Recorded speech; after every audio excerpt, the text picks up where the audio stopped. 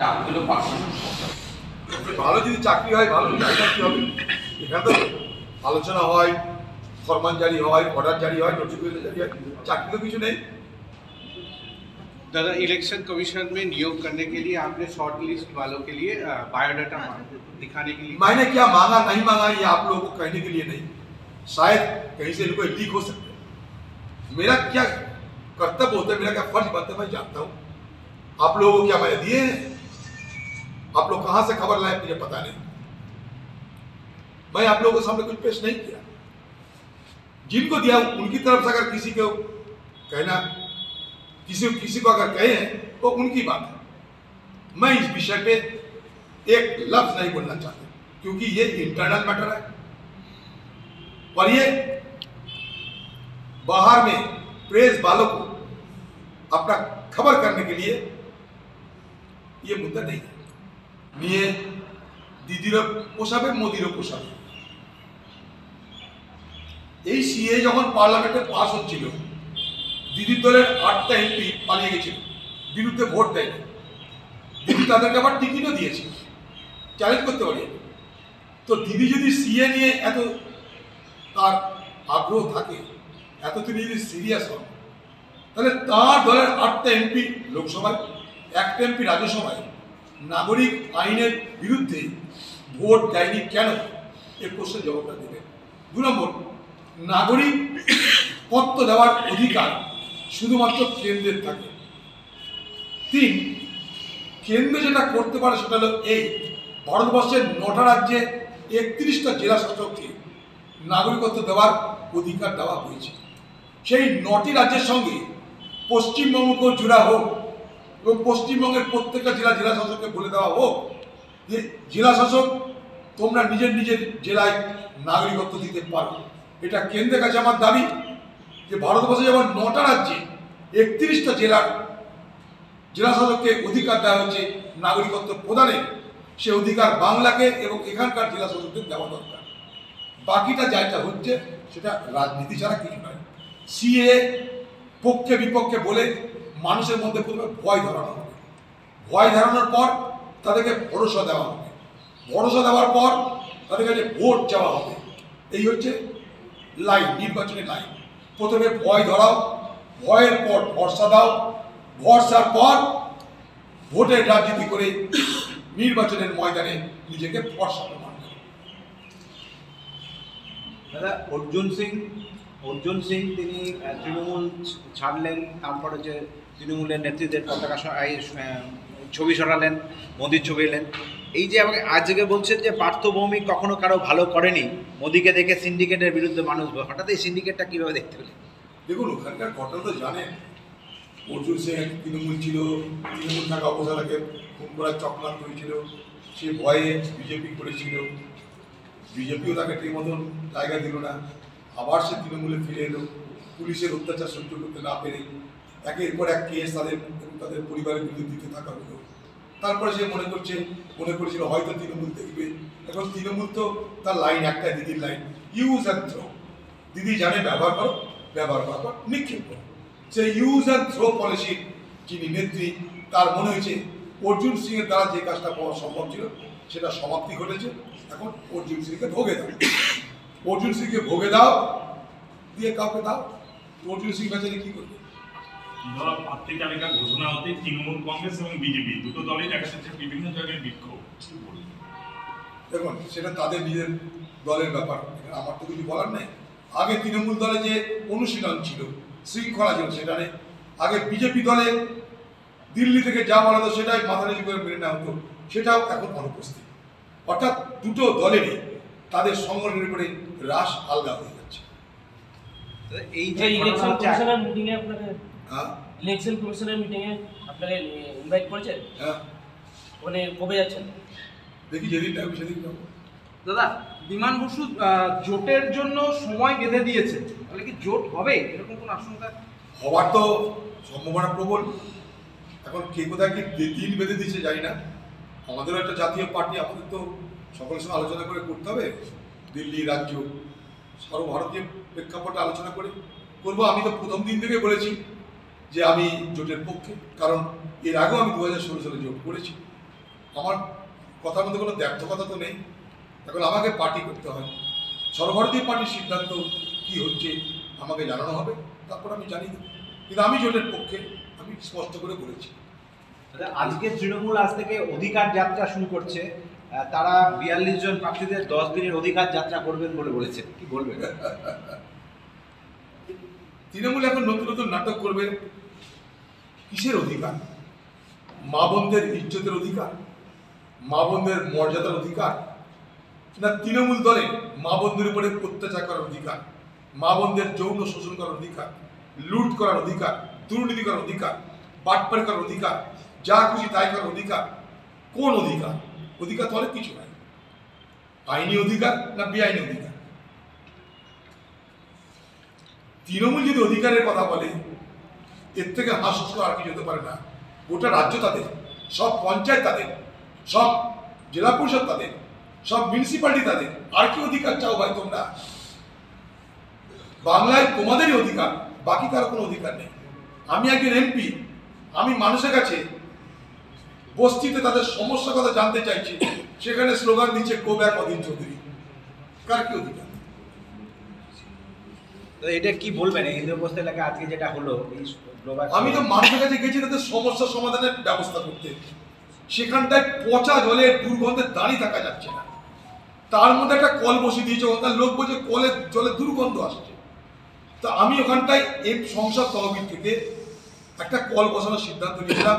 Tata কোম্পানির কাছ থেকে একটা মডেল নিয়ে এসেছি আমি। সেই মডেল অনুযায়ী 80টা জায়গায় বসানো হয়ে গেছে আমার। সেই জলকে লোক বল তারিফ করছে, প্রশংসা করছে।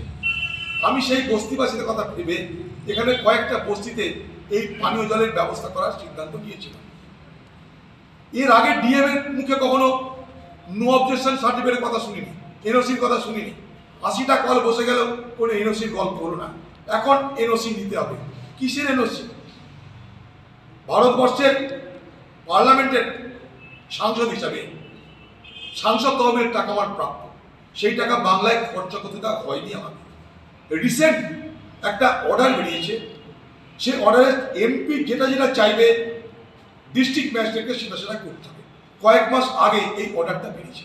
আমি সেই অর্ডারের সুযোগ নিয়ে এতদিন যে টাকাটা খরচা করতে দেওয়া হয়নি আমাকে, যেহেতু এমপিআরের টাকা ফেরত হয় না, সে টাকাটা এমপির নামে জমা থাকে। সে আমি এমপি থাকলে থাকি বা অন্য কেউ এমপি থাকুক, এমপি নামে টাকাটা জমা থাকে। সেই টাকাটা খরচা করার জন্য সুযোগ যখনই পেয়েছি আমি, এই সুযোগ আমি 2-3 মাস আগে পেয়েছি। সেই সুযোগের সদ্ব্যবহার করে তাড়াতাড়ি করে আমি প্রথমে টার্গেট নিলাম জল, দ্বিতীয় আলো। রাস্তাঘাট তো পঞ্চায়েত করে, তাই রাস্তাঘাটের পরিকল্পনা আমার ছিল। তার পাশাপাশি আমি মেন যে টার্গেট নিলাম সেটা স্কুলে স্কুলে স্মার্ট ক্লাস। এক, পানীয় জল সৌর পরিচালিত, সৌরশক্তি পরিচালিত, আয়রন এবং আর্সেনিক মুক্ত পানীয় জল। 3 নম্বর, সৌর বিদ্যুৎ, সৌর আলো। সেখানে হাইমাস্ট আছে, স্ট্যান্ড একটা একটা করে পোস্টে আলো আছে। ডিএম এখানকার প্রথমে নিয়ম মেনে চলল। দিল্লির তৈরি করা যে নিয়ম, প্রশাসনের সেখানকার মন্ত্রীর তৈরি করা যে নিয়ম, সেই নিয়ম মেনে ডিএম কিছুদিন চলল। আমিও তার প্রশংসা করলাম। হতাশাকেও তারা আমাকে পারমিশন দিল, টেন্ডার করালো, 48 লক্ষ টাকার কাজ হতাশাকোতে করার ব্যবস্থা করলো। আমি ধন্যবাদ জানলাম। তারপরে তৃণমূলের চাপ চলে এসে তার উপরে, এখন সে বলছে আর আমি স্যাংশন দিতে পারবো না। এখানটাই টাকা চাইছে কিসের জন্য জানেন? এই যে সুইমিং পুল, এই সুইমিং পুল আমাকে 65 লাখ টাকা চাইছে। কেন? মমতা ব্যানার্জির ইচ্ছা এখানে একটা সুইমিং পুল আছে, সেটাকে আরো আধুনিক করাবে। যাই না দিদির বহরমপুরে চান্দানে কোনো অসুবিধা হয় কিনা। ডিএম বলছে মুখ্যমন্ত্রীর ইচ্ছা এই সুইমিং পুলে আপনি 65 লাখ টাকা খরচ করবেন। তাহলে সুইমিং পুলে কে চান করবে? তার থেকে এই টাকা দিয়ে গরিব মানুষকে আমি শুদ্ধ পানীয় জল দিব, আর্সেনিক মুক্ত পানীয় জল দিব। দিদির যদি চানের কোনো অসুবিধা হয়, দিদি যদি সত্যি সুইমিং পুলে কোনো দরকার থাকে, তাহলে বাংলার এত ভাই বোন দিদি একটা সুইমিং পুল দিদি জন্য করে দেবে, জেলায় জেলায় ঘরে ঘরে করে দেবে, এত টাকা তাদের। অত দিদির সুইমিং পুলের কোনো অসুবিধা নেই। ডিএম যখনই দেখলো আমি সুইমিং পুলের টাকা দিচ্ছি না, তখনই নতুন নতুন আইনের ব্যাখ্যা করে আমার কাজগুলোকে আটকে দেওয়ার চেষ্টা। তারই সময় আমি গেছিলাম সেখানকার বস্তিবাসীদের ডাকে, তারা বলছে দাদা আমাদের এখানে কল বসান, আমরা এই জল খেতে পাচ্ছি না, এখানকার দাঁড়িয়ে দুর্গন্ধে দাঁড়ানো যাচ্ছে না সেখানটায়, একবার কি দেখুন আপনারা। তার মধ্যে হঠাৎ দিচ্ছি 3-4টে কথা তৃণমূলের চেকটা পরে চলে এসছে, স্লোগান দিচ্ছে অদিচ্ছে গো ব্যাক। তাহলে ভাই তোমাদের বক্তব্যটা কি তাও তারা বলছে না? শিখিয়ে দিচ্ছে পুতুলকে, যেমন শিখিয়ে দিচ্ছে পুতুল তেমন গান নাচছে। বড় দুর্ভাগ্য। আমার প্রত্যেক জায়গায় যাওয়ার অধিকার আছে। আবার বলে রাখছি, কোনো চিৎকার চেঁচামেচিতে এই বহরমপুর শহরে একটা মানে একটা ভোট আমি রিগিং করতে দেব না, একটা ভোট ফল ভোট করতে দেব না। তৃণমূলের আস্তান মাস্তান যারা যারা আছো, প্রশাসন সব কান করে শুনে নাও। অধীর চৌধুরীর চ্যালেঞ্জ বহরমপুর শহরে এবং মুর্শিদাবাদের লোকসভায় এবং বাংলার নির্বাচনে সব জায়গায় নিশ্চয় আমি জোয়াতে পারবো না, কিন্তু মুর্শিদাবাদের নির্বাচনে, বহরমপুরের নির্বাচনে প্রত্যেকটা মানুষ আপনারা ভোট দিতে পারবেন। একটা ভোট, ফলস ভোটিং হবে না, রিগিং হবে না। আমার প্রশাসনকে এবং তৃণমূলের নেতাদের চ্যালেঞ্জ চ্যালেঞ্জ চ্যালেঞ্জ।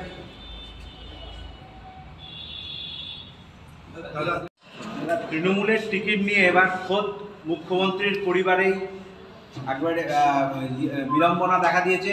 মুখ্যমন্ত্রীর ভাই হুঁশিয়ারি, বাবুল বন্দ্যোপাধ্যায় হুঁশিয়ারি যে প্রসূন বন্দ্যোপাধ্যায়কে প্রার্থী করা ঠিক হয়নি, অনেক যোগ্য লোক ছিল।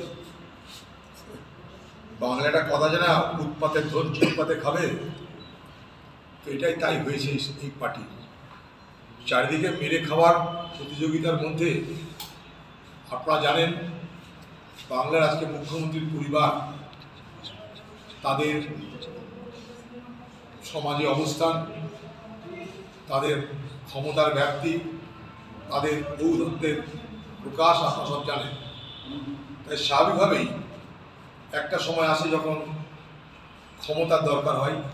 শুধু দিদি একা ভোগ করবে কেন, শুধু খোকাবাবু ভোগ করবে কেন, আমরাই বাকি কম যাই। তাই তার পরিবারের মধ্যে এই প্রতিযোগিতা লাগাটা স্বাভাবিক। অভিষেক বন্দ্যোপাধ্যায়ের সমস্ত সম্পত্তি বাজেয়াপ্ত করে নেওয়া হয়েছে, প্রকাশ্যে কালকে মুখ্যমন্ত্রী বলেছেন। কে করেছে সেটা কিন্তু বলেন, ওটা বলবে না। দিদি কখনো এমন কথা বলবে না যে মোদি রেগে যায়। কি সম্পত্তি বাজেয়াপ্ত করা হয়েছে সেটা আমরা একটু জানতে চাই। তার একটা শ্বেতপত্র প্রকাশ করে ভালো হয়। হঠাৎ কেন সম্পত্তি বাজেয়াপ্ত হলো সেটাও জানতে চাই। সম্পত্তির পরিমাণ যেটা বাজেয়াপ্ত হয়েছে তার পরিমাণটা জানতে চাই। সেই সম্পত্তি পুনরুদ্ধারের জন্য খোকাবাবুর প্রয়াস সেটা জানতে চাই। অনেক কিছু প্রশ্ন আছে। দাদা, সৌরভ গাঙ্গুলি আপনাকে বেড লিস্ট সঙ্গে তুলনা করেছে, যে ইউসুফকে পরামর্শ দিয়েছে যে ভাবো যে বেড লিস্ট সামনে বল করছো। পরামর্শ দেওয়া তার কাজ দিয়েছে, সে একটা বড় ক্রিকেটার, আমাদের যুবরাজ ক্রিকেটের। তার সতীর্থকে পরামর্শ দিয়েছে, সেই পরামর্শ দেওয়ার অধিকার তার আছে এবং পরামর্শ দেওয়ার যোগ্যতাও তার আছে, দুটোই আছে। ফের কলকাতার বুকে গণধর্ষণ কাণ্ড, বাসন্তী হাইওয়ের উপর গণধর্ষণের ঘটনা, প্রশ্ন মহিলাদের। খুব দুর্ভাগ্য, এই বাংলায় মহিলাদের নিরাপত্তা তো নেই। সন্দেশকারী তার প্রমাণ করে দিয়েছে না যে এই বাংলায় মেয়েদের কোনো নিরাপত্তা নেই। সন্দেশখালী এই বাংলার একটা বিচ্ছিন্ন ঘটনা নয়। সন্দেশখালী এই বাংলার অত্যাচারী তৃণমূল দলের একটা রাজনৈতিক সংস্কৃতিতে রূপান্তরিত হয়েছে। আমি এটা বলবো না যে সব তৃণমূলের কর্মী তারা এই উৎপীড়নে জড়িত, কিন্তু আজকে তৃণমূলে যারা ক্ষমতাধারী লোক, তৃণমূলে যারা ক্ষমতা ধরে বসে আছে, আজকে তাদের নেতৃত্বে এই বাংলায় যে মহিলাদের উপরে নির্যাতনের রাজ শুরু হয়েছে, গণধর্ষণের রাজ শুরু হয়েছে, মহিলার ধর্ষণের রাজ শুরু হয়েছে, মহিলাদের যৌন শোষণ করার যে রাজ শুরু হয়েছে, তাতে আগামী দিনে এই বাংলার মা বোনেদের নিরাপত্তা অনেক বড় প্রশ্নের মুখে দাঁড়িয়েছে। তাই সন্দেশখালী একটা বিচ্ছিন্ন ঘটনা নয়। কুচবিহার থেকে কাকদ্বীপ, সারা বাংলায় এরকম কত অজস্র ঘটনা ঘটছে, কিছু আমরা জানি, কিছু আমরা জানি না। এ বাংলায় কত শত মহিলা নিখোঁজ হয়েছে, তার কোনো খবর আমরা জানি না। এ বাংলার হাজার হাজার মা বোনেরা আজকে ভারতবর্ষের বড় বড় বেশ্যালয়ে নিক্ষিপ্ত হয়েছে, সেখানে তাদের স্থান হয়েছে। আমি খুব দায়িত্ব নিয়ে বলতে পারি আপনাদের, এই সরকারের আমলে মা মাটি মানুষ সরকারের আমলে যদি সব থেকে কোনো শ্রেণীর উপরে বেশি অত্যাচার নিপীড়ন হয়ে থাকে তা হলো বাংলার মহিলা সমাজ। সিএ লাগু করতে দেবে